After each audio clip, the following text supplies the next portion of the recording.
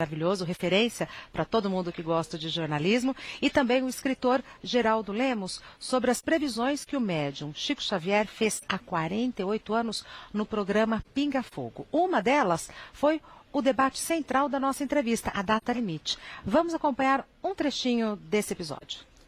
Das previsões que Chico Xavier fez, muitas já são realidade. Já são realidade. Por exemplo, a água na Lua. Exatamente. Outras também no campo da medicina. Chico Xavier é um extraordinário médium de presciência, que é um tipo de mediunidade classificada por Allan Kardec no seu último livro, A Gênese, os Milagres e as Predições segundo o Espiritismo. Em 68 eu fiz a primeira entrevista com o Chico em maio. Em outubro nós tivemos o transplante, o primeiro transplante vitorioso na América, aqui no Brasil. Eu fui entrevistá-lo e ele disse aquele jeitinho que você melhor conhece. Ele parou e disse assim, olhando assim, disse assim: o nosso Bezerra de Menezes, que foi um grande espírito, um médico cearense, né?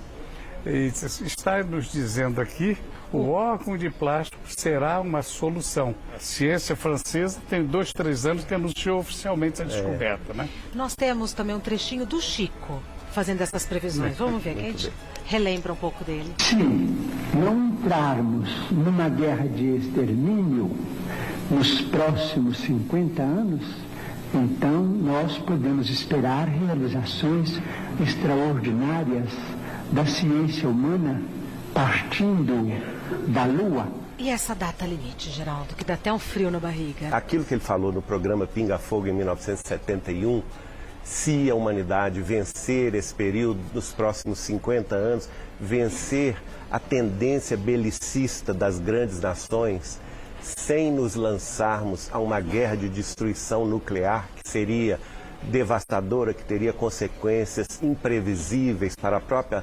humanidade, se e somente se a gente vencesse esse período, aí nós entraríamos num ciclo virtuoso de desenvolvimento científico, tecnológico, médico, espiritual e também socioeconômico e político na humanidade, para que em 2057 a Terra se elevasse na hierarquia dos mundos habitados. E eu estou conversando aqui com Isabel Mazzucati, que era amiga do Chico Xavier. Além disso, é fundadora e presidente do Centro Espírita Jesus Rede Vivo. Prazer em te receber. Obrigada. Você conviveu com o Chico Xavier? Olha, primeiramente, boa tarde a todos. É um prazer imenso estar aqui. E desde 1964, foi quando o meu marido, eu era recém-casado, ele era amigo do Chico. Tá. Então ele me disse o seguinte: eu queria te dar um presente. Eu disse: o que eu quero é conhecer o Chico. Para mim seria o maior presente. Porque desde 10 anos eu estudava as obras do Chico Xavier. Desde meninota? Desde meninota. E me atraía demais a caridade, sabe? Tudo que a gente vê, as pessoas sofrendo, eu acho que muitas vezes a pessoa pode se erguer. Basta que tenha, às vezes, uma oportunidade. Sim. Nós temos aqui no Brasil aquele grande escritor, não é? Que foi ele morou inclusive na favela, era o Machado de Assis. Sim. Pois é, a madrasta, quando casou com o pai dele, ensinou a ler e escrever em papel de pão. E daí ele deslanchou. Daí ele deslanchou, quer dizer, as pessoas, às vezes, precisam realmente de uma oportunidade. E o nosso Brasil, acho que está preparando para isso. Você acha, é isso que eu queria, você acha que a gente, falando do Brasil, com relação à data limite, a gente está entrando nesse círculo virtuoso, que foi o que o Geraldo mencionou, ou você acha que a gente está perdendo o bonde? Não, eu acredito muito, sabe, na intercessão de Jesus. E a Terra, nós brasileiros, nós estamos preparados sim. Porque a gente convive com uma grande multidão, sabe, como espírita. E eu vejo as pessoas interessadas como ajudar, como tirar às vezes uma pessoa de uma situação. E isto a gente se alegra, porque afinal de contas, como disse o Saulo Gomes, o Brasil é a pátria do Evangelho. Nós vamos exportar, não é a riqueza material, mas nós vamos exportar, sabe, o que é a fraternidade. Quando? Quando? Nós já estamos começando. Já começou? Já começou. Sabe por quê? As pessoas que saíram do Brasil para morar fora, e entram em contato conosco, eles dizem, olha, não é totalmente diferente do nosso país. Aqui, por exemplo, uma pessoa vai trabalhar em casa. A gente fala, não precisa trazer a comida. A gente oferece o almoço, um copo d'água. E em alguns países, a pessoa tem que levar até a água. É mesmo? Eles não deixam. Isso eu sei porque me ligam, né? Então não tem essa amorosidade? Não tem. Tá. Não tem. Então o Brasil, eu acredito que essa data limite, como eles falaram, ela existe. Entretanto, Chico também nunca colocou assim, Regina, vai ser tal dia, tal hora, tal mês, nunca. Ah, como que ele colocava? Ele colocava daqui uns 50 anos. Ah, era um prazo elástico. Isso, porque a gente pode mudar de 50 para 60, sabe? E eu vejo também uma coisa, se no começo, lá atrás, antes desses 50 anos, nós passávamos por uma crise, aliás, a humanidade sempre está em crise, mas estava perigando a Terceira Guerra Mundial. O Chico disse que Jesus, ele intercedeu no plano espiritual. Por isso que não aconteceu. Por isso que não aconteceu. Agora, quem é o diretor do plano terrestre? Jesus. Ele está no leme. Ele está na direção do nosso país.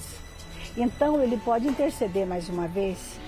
Ô, Isabel. Agora, Regina, por que as pessoas, às vezes, têm preguiça de fazer oração? Até para si próprios. Gente, Deus não é pobre, Deus é muito rico. Se nós pedirmos, e de tanto pedir, a gente se torna merecedora. Por que você acha que é preguiça? Sabe por quê? Nós temos uma vida muito agitada. Sim. Ninguém tem tempo. De manhã eu tenho que levantar, fazer o banho, correr, tomar um café correndo e sair para o trabalho.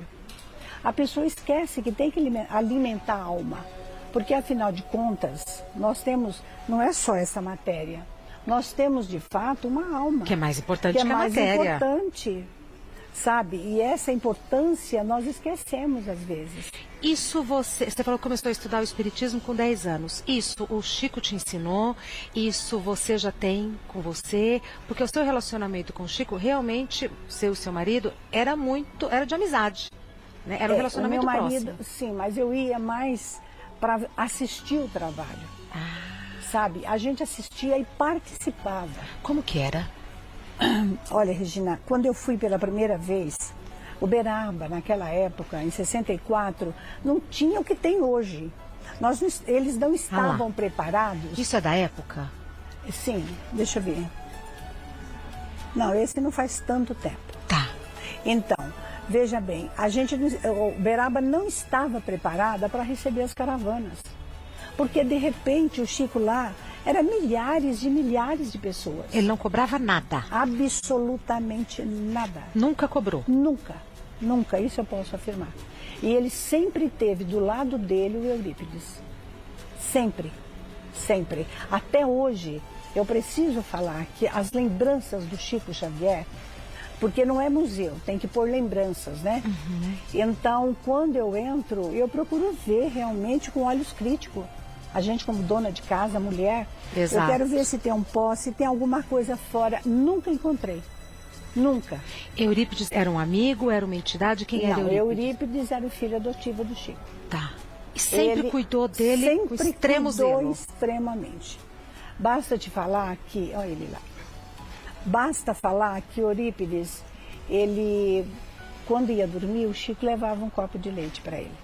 Aquele jeito mineiro, carinhoso, sabe, que muitas vezes falta até nos pais, né? Falta.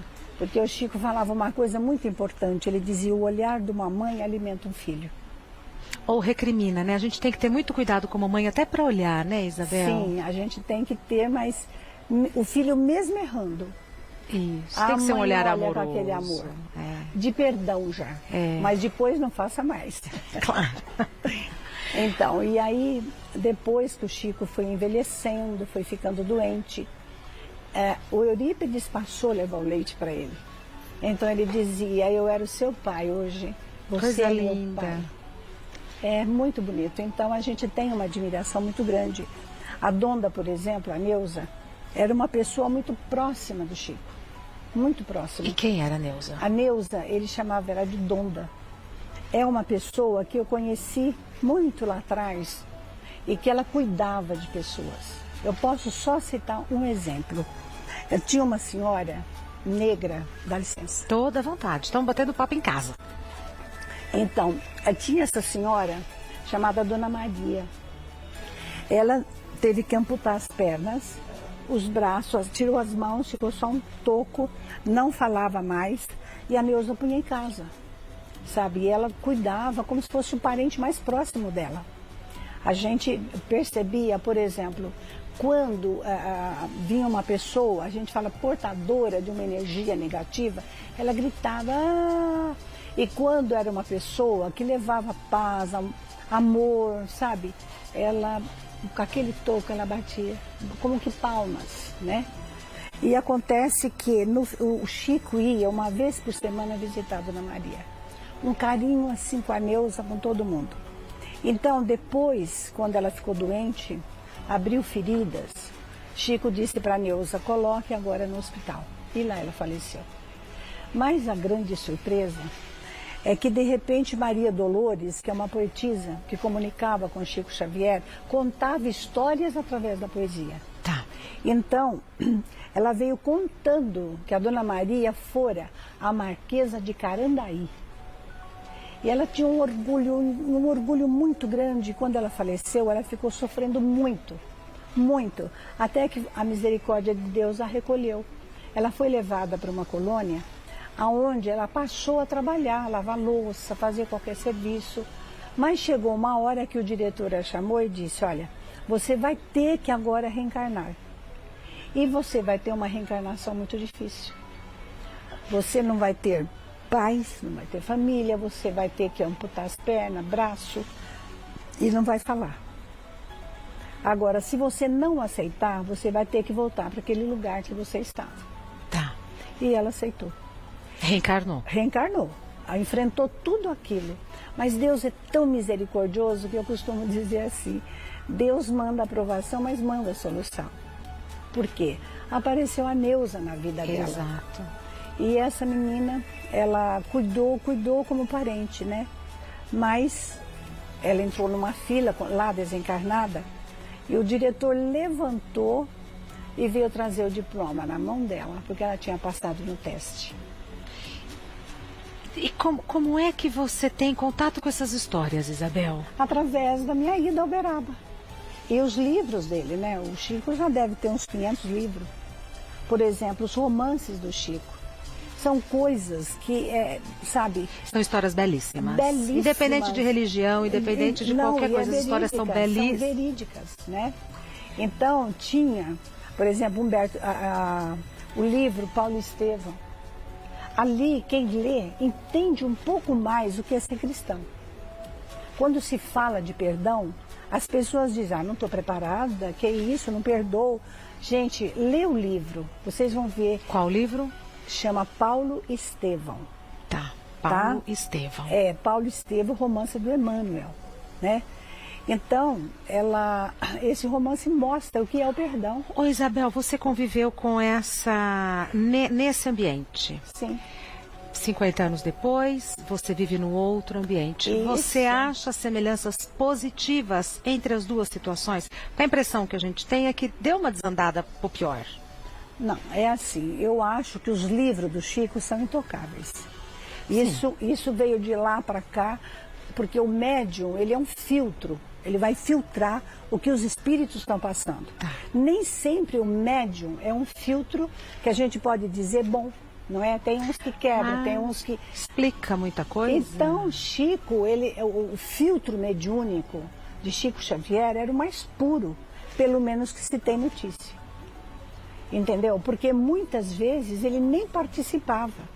Nem sabia. Nem sabia o que ele estava escrevendo. Falo mais para vocês. Havia uma música, e a música que tocava para o Chico psicografar era rock, orquestrado. Então era muito rápido a mão. Só ele ouvia? Não, todo mundo.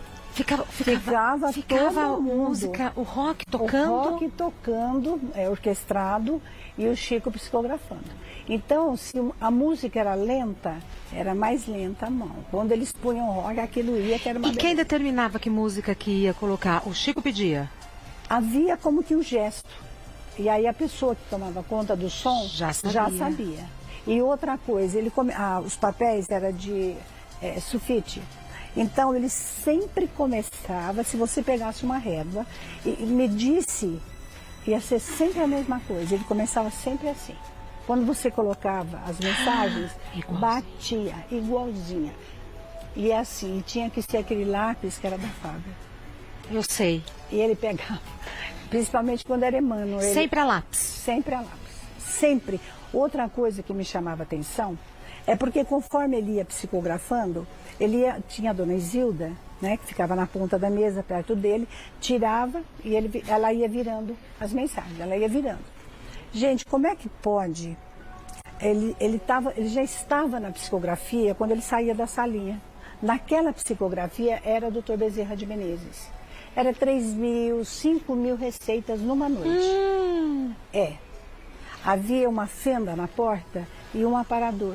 Então, conforme as mensagens saíam, aí o Suíta, que estava lá, ele arrumava e jogava ali.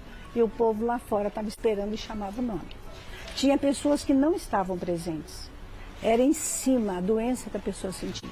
Qual a sua experiência mais marcante com o Chico? Se é que dá para elencar uma? Olha, porque para mim tudo é marcante, né? Regina, eu vou falar uma coisa para você. Se tirasse a mediunidade do Chico, não é? Porque ele era um fenômeno. Sim. Mas vamos supor que tirasse tudo isto. Restava o quê? A pessoa dele. O homem. O homem de bem, o homem que evoluiu, que era fiel a Jesus, a Maria Santíssima. Uma conduta pessoal irretocável, né, Isabel? Irretocável, Regina. Você disse a palavra certa. Irretocável. Agora, o que me chamava a atenção e que eu aprendi, procurei aprender até hoje, eu estou exercitando. O Chico, ele tinha um autocontrole. Em que sentido? Em tudo. Olha, você vê, tantos anos eu entrava na casa dele, a gente participava de reuniões pequenas, lógico, de outras pessoas, né, até de outros estados. Eu nunca vi o Chico alterar a voz. Eu nunca vi o Chico, por exemplo, aqui em São Paulo, nas noites que ele fazia, né, de autógrafo, lá no Centro Espírito União da nossa amiga Nena Galves, aonde ele hospedava, sempre ali, era 3.000, 5.000 pessoas, inclusive ia muitas artistas, né? Então você imagina, uma rosa com amor, beijava a mão da pessoa. Então, quer dizer, se fosse eu ia dizer, gente, mas tudo isso, pelo amor de Deus, espero que eu vou sair daqui, não é? Ele não, ele ia naquela toada dele. Sabe, nunca, jamais você via ele ansioso. Então ele era profundamente respeitoso com a mediunidade dele. Com a mediunidade, isso é uma conquista da alma dele.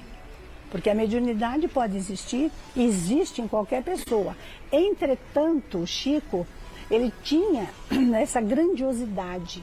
E nada tirava ele do sério? Nunca ninguém chegou e tentou, achando que ele fosse uma fraude, ou achando que ele estava atuando, nunca ninguém tentou, sabe, com um jeito assim, maldoso? Já teve. E eu fui testemunha do que eu vou contar. Uma senhora... Sabe, uma perguntinha capciosa, uma coisa assim? Sim, mas isso não atingia, Chico. Mas essa mulher, ela estava na porta, ela batia na porta, batia, sabe? E o Eurípides foi abrir, ela disse, eu quero entrar para falar com o Chico, porque hoje eu vou desmascarar ele. Hoje eu vou desmascarar o Chico Xavier. Essa mensagem, ela estava com a mensagem na mão, exibia, fazia assim, sabe, para chamar atenção. Não é do meu marido. E ele vai falar, por que ele fez isso? O Eurípides calmamente falou para ela, minha senhora, existe umas certas horários, uma certa disciplina, por favor aguarde um pouco. E aí o Chico vem, ele sentava na varanda e a gente aproveitava, né, como sempre. A gente gostava de ouvir os casos, inclusive o que ele falava era ensinamento para a gente. O que eu ia falar. Não é? Era uma aula. Era uma aula. Então...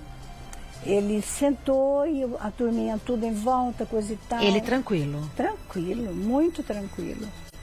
Então, de repente, ele olhava, parece que eu estava no ar. Ele fazia assim, Eurípides, meu filho, parece que tem uma senhora lá que quer falar comigo. Eu falei, e agora? Abriu a porta, ela entrou. Nervosa, pobre. Portadora de uma energia, como é que vocês falam? Portadora de uma energia negativa. É, chegou.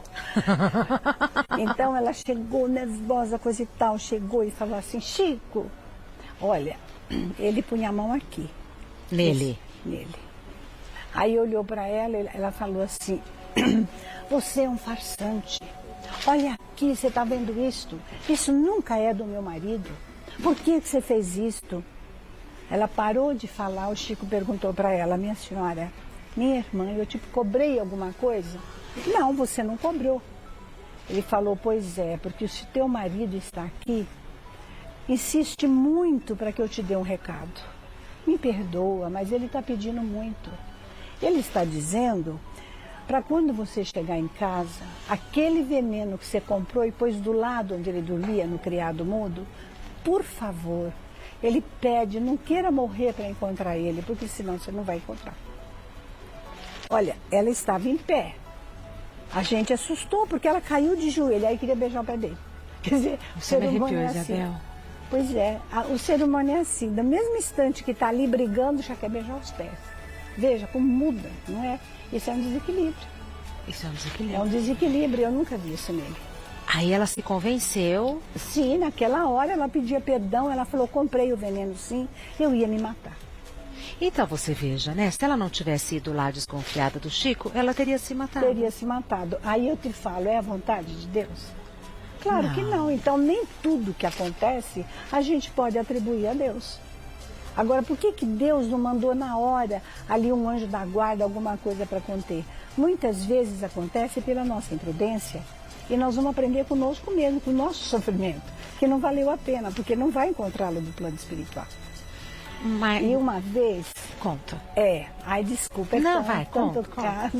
Conta. Regina, a gente estava na casa dele porque ele não estava indo no centro, né? Ele ficou um tempo afastado devido à situação dele de enfermidade. Então, a fila não parava. E ele acabava atendendo todo mundo, porque chegava a virar quarteirão. E eu estava ali naquela sala e eu pude notar.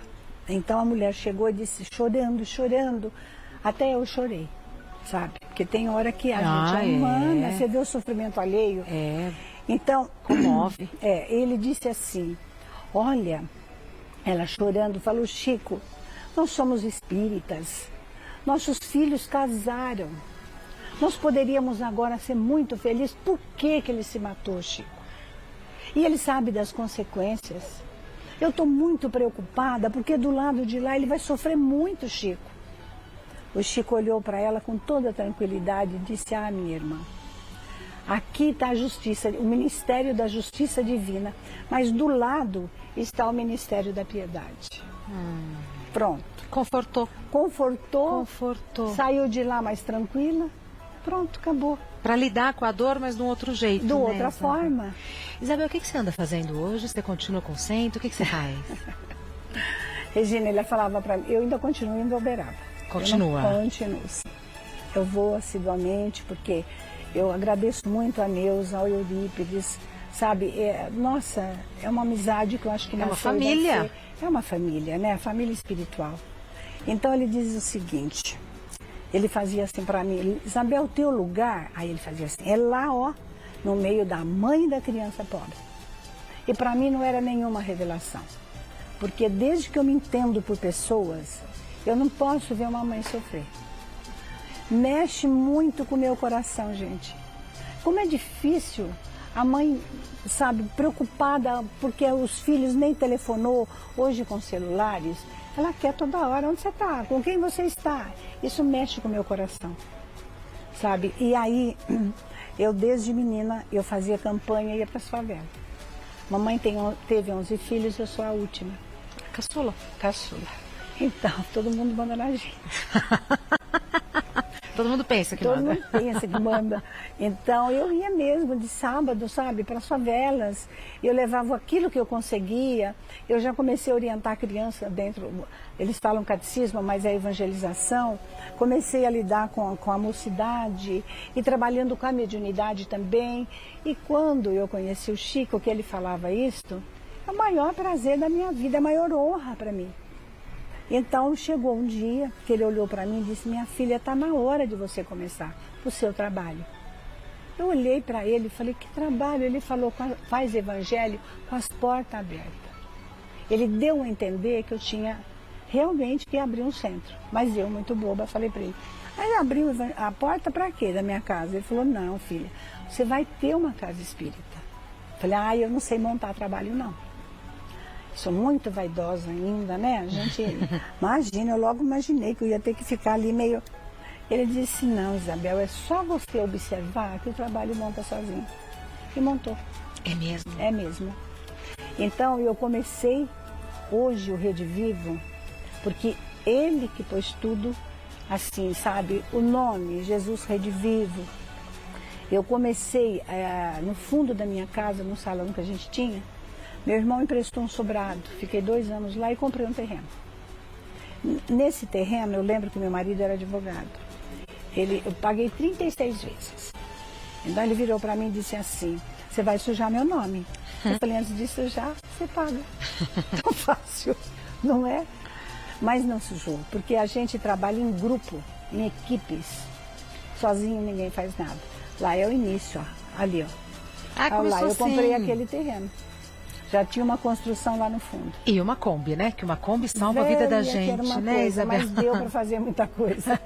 Então, ali começou tudo, sabe? Depois que eu saí da casa do meu irmão, eu montei... Aonde é isso?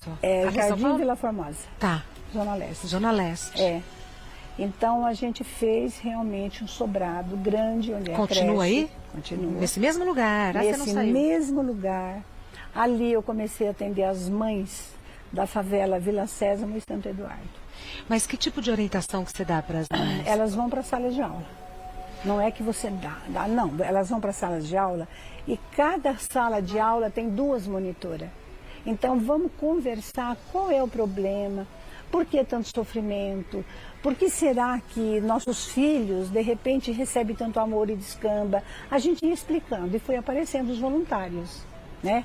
No fim da tarde eu ofereci um lanche, isso era de quarta-feira. Até que eu comecei a fazer o prédio e consegui. Então hoje, nesse prédio... Realmente o trabalho se fez sozinho, não é? Sem engenheiro e sem arquiteto. Sozinho entre aspas, né? Porque é fruto do amor, da colaboração, é uma energia que a circula. gente fazia pintura, crochê, bordado e a gente vendia, não é? E isso eu paguei o terreno em 36 vezes e comecei a construir. Então hoje, nesse terreno, eu tenho uma creche. Sabe, essa creche é a menina dos olhos. Eu imagino. Sábado e domingo não tem creche, mas aí eu atendo as mães, os filhos. E nesse trabalho de orientação, eu posso dizer para vocês algum resultado. Porque se eu fosse citar todos, dá livro. 2016, uma dessas assistidas se formou em farmácia. Ai, que orgulho. É. Então é todo tipo de orientação, inclusive tipo, orientação pedagógica. Tudo, é. Hoje ela trabalha num posto. Ai, que orgulho, Isabel. Ela fez estágio na nossa farmácia, que está no outro prédio. É muita história. E é muito gratificante. No fim do ano a gente faz a sacolinha de Natal. Cada criança tem um padrinho. E qual a função do padrinho? É vestir, dar um brinquedo, enfim, aquilo que o coração dita, né? Então, nessas sacolinhas, eu lembro muito de 2 meninos, irmãos, que, nossa, gente, eu falava, mas sempre os 2. Eu olhava a sacola e dizia: não puseram a calça, não puseram uma camisa. Eu esperava a loja A sacolinha abrir, dos 2 sempre faltando. Sempre faltando alguma coisa. Eu tinha que correr para dar um jeito para comprar. Porque não pode ir faltando. Sim. O brinquedo e tudo mais. Esses meninos hoje, eles pertencem ao trio Grená. Lá, eles começaram aqui em São Paulo, eles se orientavam com a gente lá na instituição, compraram todos os instrumentos. Agora, pasme, nunca foram numa escola de música. Eles têm um grupo musical, Trio Grená. Eu vou procurar. O pai voltou a viver com a mãe, canta também. Então eles tocam qualquer instrumento de corda e teclado. Hoje eles estão lá na Bahia. Sem nunca ter frequentado uma escola de música? Nunca. Tudo de ouvido, tudo talento? Tudo de ouvido, é talento mesmo. Talento de fato, puro. Porque cantam. E eles estão lá em Juazeiro do Norte. Que legal. Ô Isabel, fica aqui para depois ir para a mesa com a gente, vai ter uma torta de chocolate vegana. Nossa, Você fica? Fica. Não precisa falar duas vezes. Fique. Antes eu vou dar o site do... É Centro que chama? Centro Espírita Jesus Rede Vivo. Do Centro Espírita Jesus Rede Vivo, que é Jesus Rede Vivo, tudo junto. Jesus Rede Vivo. Rede com I, R-E-D-I, jesusredevivo.com. No Instagram, Jesus Rede